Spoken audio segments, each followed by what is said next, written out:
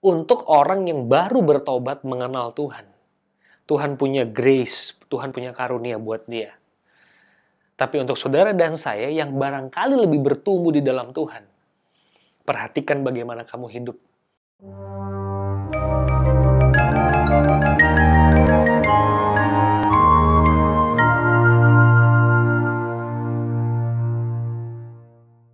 Shalom teman-teman, jumpa lagi dengan saya di IKT 87. Hari ini saya ingin bicara dari 2 Raja-Raja pasal 5 ayat 1-19 mengenai seorang bernama Naaman. Saya minta teman-teman untuk mendengarkan 19 ayat ini. Mari kita nikmati cerita mengenai Naaman. Naaman, panglima Raja Aram, adalah seorang terpandang di hadapan tuannya, sangat disayangi. Sebab oleh dia Tuhan telah memberikan kemenangan kepada orang Aram. Tapi orang itu, seorang pahlawan tentara, sakit kusta. Orang Aram pernah keluar bergerombolan membawa tertawan seorang anak perempuan dari negeri Israel. Ia menjadi pelayan pada istri Naaman. Berkatalah gadis itu kepada nyonyanya, "Sekiranya tuanku menghadap nabi yang di Samaria itu, maka tentulah nabi itu akan menyembuhkan dia dari penyakitnya." Lalu pergilah Naaman memberitahukan kepada tuannya, katanya, "Begini-beginilah dikatakan oleh gadis yang dari negeri Israel itu." Maka jawab Raja Aram, "Baik, pergilah, dan aku akan mengirim surat kepada Raja Israel." Lalu pergilah Naaman membawa sebagai persembahan 10 talenta perak, 6.000 shikal emas, 10 potong pakaian. Ia menyampaikan surat itu kepada Raja Israel yang berbunyi, "Sesampainya surat ini kepadamu, maklumlah kiranya bahwa aku menyuruh kepadamu Naaman pegawaiku, supaya engkau menyembuhkan dia dari penyakit kustanya." Segera sesudah Raja Israel membaca surat itu, dikoyakkannyalah pakaiannya, serta berkata, "Allahkah aku ini yang dapat mematikan dan menghidupkan, sehingga orang ini mengirim pesan kepadaku, supaya aku sembuhkan seorang dari penyakit kustanya? Tapi sesungguhnya perhatikanlah dan lihatlah, yang mencari gara-gara terhadap aku." Segera sesudah didengar Elisa abdi Allah itu bahwa Raja Israel mengoyak pakaiannya, dikirimnyalah pesan kepada raja bunyinya, "Mengapa engkau mengoyakkan pakaianmu? Biarlah ia datang kepadaku, supaya ia tahu bahwa ada seorang nabi di Israel." Kemudian datanglah Naaman dengan kudanya dan keretanya, lalu berhenti di depan pintu rumah Elisa. Elisa menyuruh seseorang suruhan kepadanya, mengatakan, "Pergilah, mandi 7 kali dalam sungai Yordan, maka tubuhmu akan pulih kembali, sehingga engkau menjadi tahir." Tetapi pergilah Naaman dengan gusar sambil berkata, "Aku sangka bahwa setidak-tidaknya ia datang keluar, berdiri memanggil nama Tuhan Allahnya, lalu menggerak-gerakkan tangannya di atas tempat penyakit itu, dan dengan demikian menyembuhkan penyakit kustaku. Bukankah Abana dan Parpar, sungai-sungai Damsyik, lebih baik dari segala sungai di Israel? Bukankah aku dapat mandi di sana dan menjadi tahir?" Kemudian berpalinglah ia dan pergi dengan panas hati. Tetapi pegawai-pegawainya datang mendekat serta berkata kepadanya, "Bapak, seandainya nabi itu menyuruh perkara yang sukar kepadamu, bukankah Bapak akan melakukannya? Apalagi sekarang ia hanya berkata kepadamu, 'Mandilah, engkau akan menjadi tahir.'" Maka turunlah ia membenamkan dirinya 7 kali dalam sungai Yordan, sesuai dengan perkataan abdi Allah itu.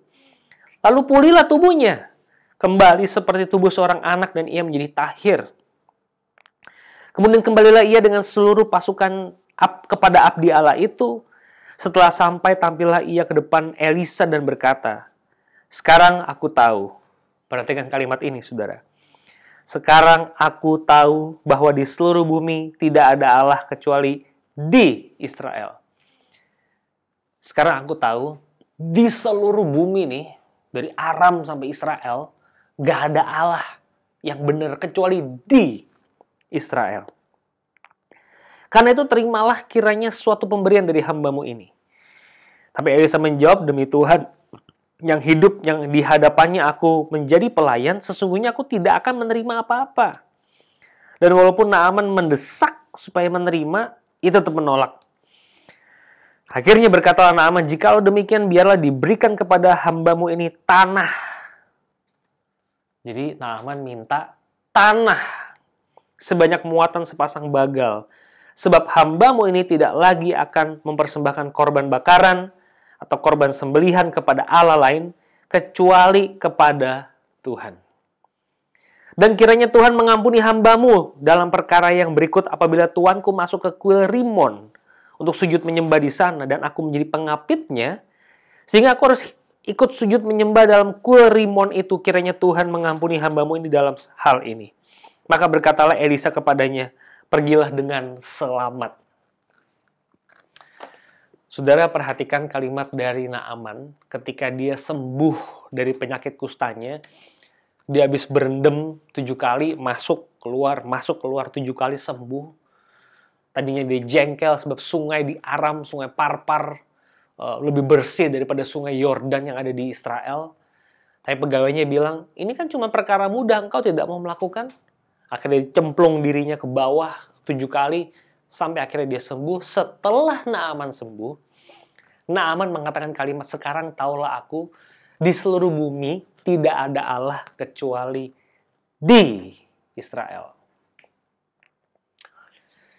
Saudara-saudara, yang pertama saya ingin mengatakan bahwa konsep Allah pada zaman itu adalah konsep Allah yang geografis atau geografikal.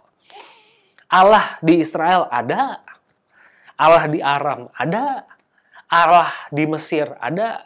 Jadi Allah itu tuh ada daerah teritorialnya. Allah itu menguasai satu daerah tertentu dan biasanya beradu kekuasaan biasanya. Dan Naaman tahu Allah di Israel itu lebih berkuasa. Saya masih ingat, saudara, ketika saya naik gunung tahun 2015 atau 16 yang lalu, saya naik gunung, lalu saya bilang ke mountain leadernya, saya ingin buang air kecil. Bagaimana caranya? Si mountain leader itu bilang, "Pipis aja di mana, terserah, cari aja tempat. Tapi yang penting ngomong dulu permisi." Ngomong dulu permisi, artinya di tempat yang diinjak, di bawah itu, di tanah itu ada penghuninya. Ada yang punya kuasa di situ. Bapak, Ibu, Saudara, teman-teman sekalian, inilah konsep Allah. Jadi Allah itu tuh berkuasa di satu tempat. Dan Naaman mengakui bahwa Allah di Israel lebih berkuasa daripada Allah di Aram. Waktu Naaman mau pulang, saudara, lihat ayat 17. "Jikalau demikian, biarlah diberikan kepada hambamu tanah sebanyak muatan sepasang bagal." Dia minta tanah. Kenapa? Karena tanahnya Israel tuh Allahnya tuh berkuasa. Yang diinjek itu yang punya kuasa. Itu pola pikirnya. Dia minta tanah sepasang bagal. Dan nanti waktu dia balik, kalau dia menyembah di kuil Rimon, dia minta diizinkan untuk menyembah. "Boleh nggak saya menyembah?" Di situ Elisa berkata, "Pergilah dengan selamat." Bapak, Ibu, Saudara, teman-teman sekalian, apa yang bisa kita pelajari dari bagian ini? Saudara, yang pertama, kita harus sadar bahwa Allah kita itu adalah Allah yang berkuasa mengatasi segala Allah. Saya tetap mau menyampaikan hal yang sama seperti yang video YouTube saya yang terakhir, Mazmur 67, bahwa Allah itu yang benar itu adalah Allah di dalam Yesus Kristus, tidak ada yang lain.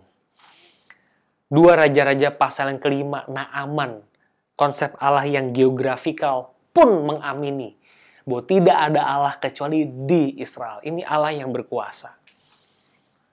Teman-teman percaya nggak kepada Allah di dalam Yesus Kristus? Dia adalah satu-satunya Allah yang berkuasa.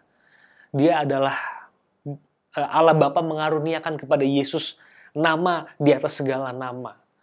Di akhir zaman semua lidah akan mengakui bahwa Yesus adalah Tuhan. Yang pertama mengakui dengan confident. Yang kedua mengakui dengan penyesalan. Cuman ada 2 itu aja, karena seumur hidup tidak pernah percaya kepada Allah. Ini yang pertama. Yang kedua, yang saya ingin bagikan based on 2 Raja-Raja pasal yang kelima. Saudara mikir nggak ya, kenapa kok Naaman pulang ke negerinya, bawa tanah, diizinin sama Elisa? Elisa, saya mau pulang ke negeri saya bawa tanah ya, sepasang muatan bagal. Dan nanti Elisa, kalau sampai di Aram, saya diminta sama raja untuk menyembah di kuil Rimon, which is berhala. Elisa memberikan izin kepada Naaman. Kenapa seperti itu, saudara-saudara? Saudara, ini menunjukkan bahwa Allah adalah pribadi yang bermurah hati kepada para petobat baru. Allah kita itu bukan Allah yang saklek, galak. Dia ingin Naaman ini bertumbuh semakin lama semakin dewasa. Dan buat orang yang tidak dewasa, hal ini dimungkinkan. Bukan berarti Allah kompromi loh, saudara. Kalau ada gelas, ada airnya setengah, saudara bilang separuh isi apa separuh kosong? Kalau ada gelas, ada airnya setengah, saudara bilang ini gelas separuh isi apa separuh kosong?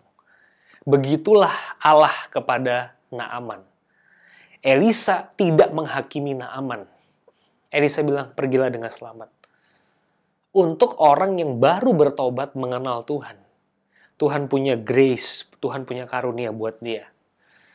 Tapi untuk saudara dan saya yang barangkali lebih bertumbuh di dalam Tuhan, perhatikan bagaimana kamu hidup. Perhatikan dengan seksama bagaimana kamu hidup. Jangan seperti orang bebal, tapi seperti orang arif. Saudara-saudara, kita butuh hikmat Tuhan. Melayani orang-orang yang baru bertobat, jadi Kristen.